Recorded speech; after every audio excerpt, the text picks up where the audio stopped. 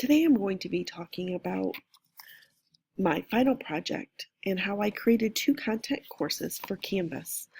First of all, as you see, this is my user dashboard, and I have each individual class period on here. Our tech department set this up for us, and so instead of just having one anatomy class with 4 sections and one environmental class with 2 sections, they uploaded all of our classes like this. So next year we're going to have the different sections for each. This way I have to copy each content for the different courses, which takes a little bit of time. Going into my Anatomy 2 class,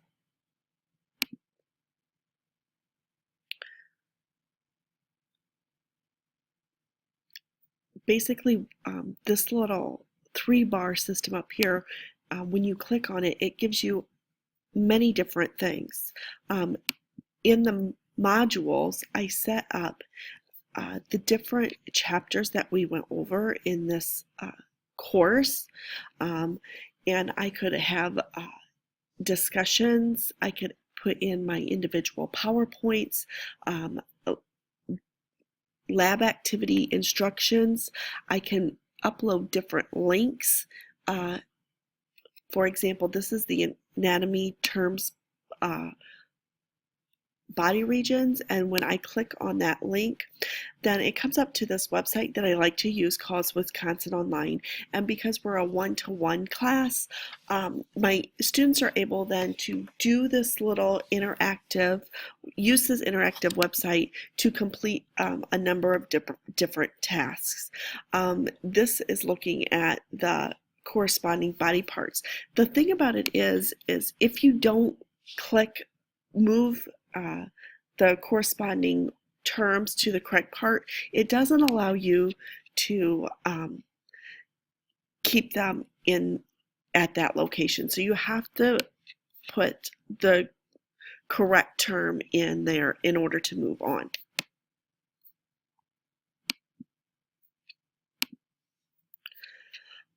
I also have quizzes that I made up for each section, and was able to test the students that way.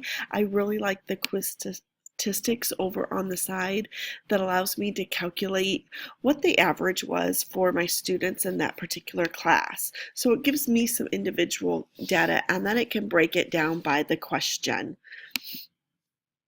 which on a normal pen and paper quiz, it takes a lot of work to break that down.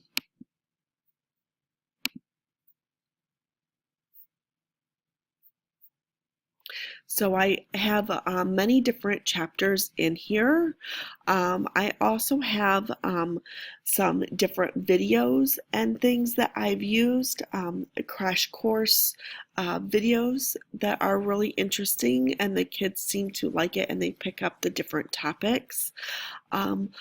One thing that I did also is I have this tissue engineering where they watch the video and then they have to, whether or not they agree or disagree with the video and what scientists are doing with engineering body parts, and then they had to comment on others' opinions.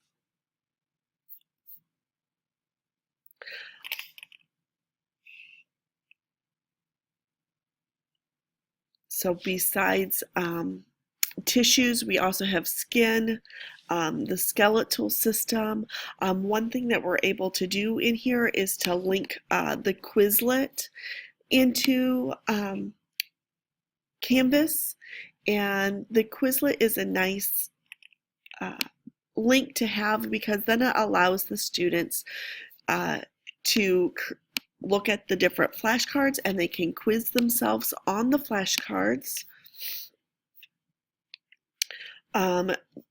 They can have them listen to the name. The end of a long bone. So it gives them a lot of options for them to learn.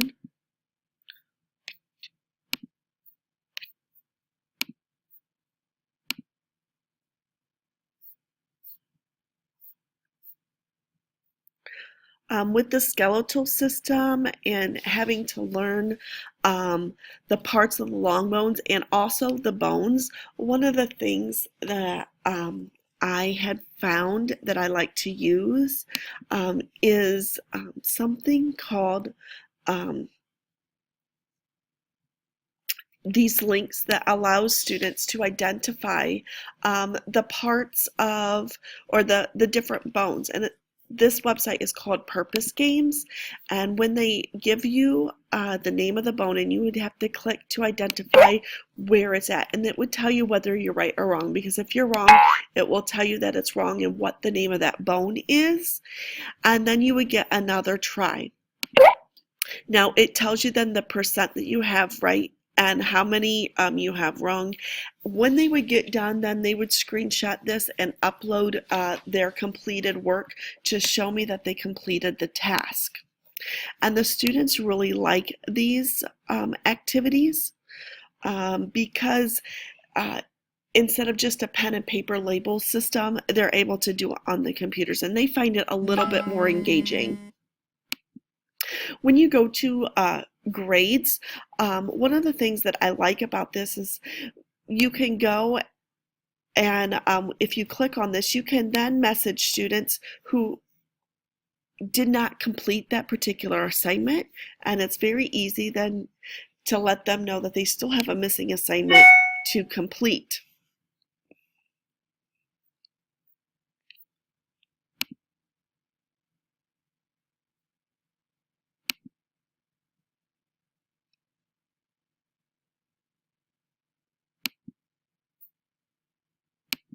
Another thing that I liked about using the Canvas is we use an online book for anatomy and physiology.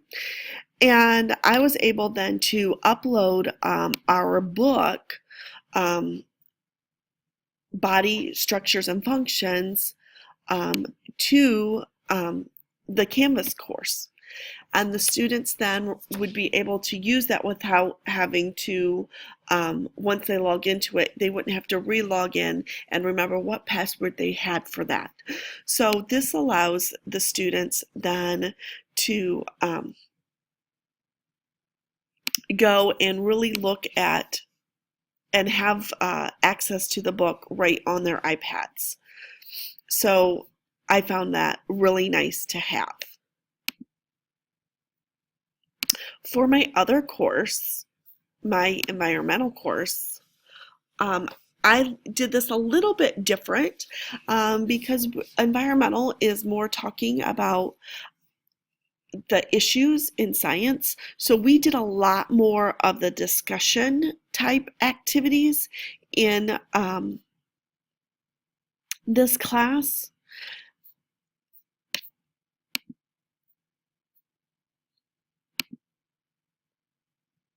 Some of my students were very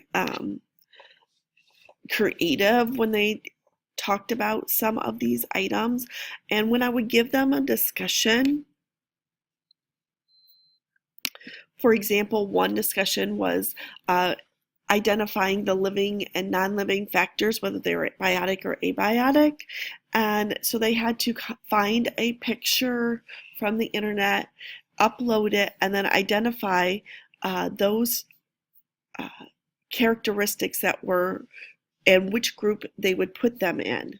Some of the students were very creative with this and were able to identify a lot of different biotic and abiotic factors. This student here used a picture from the Cat in the Hat and really showed his knowledge as to what was the abiotic factors and what was the biotic factors.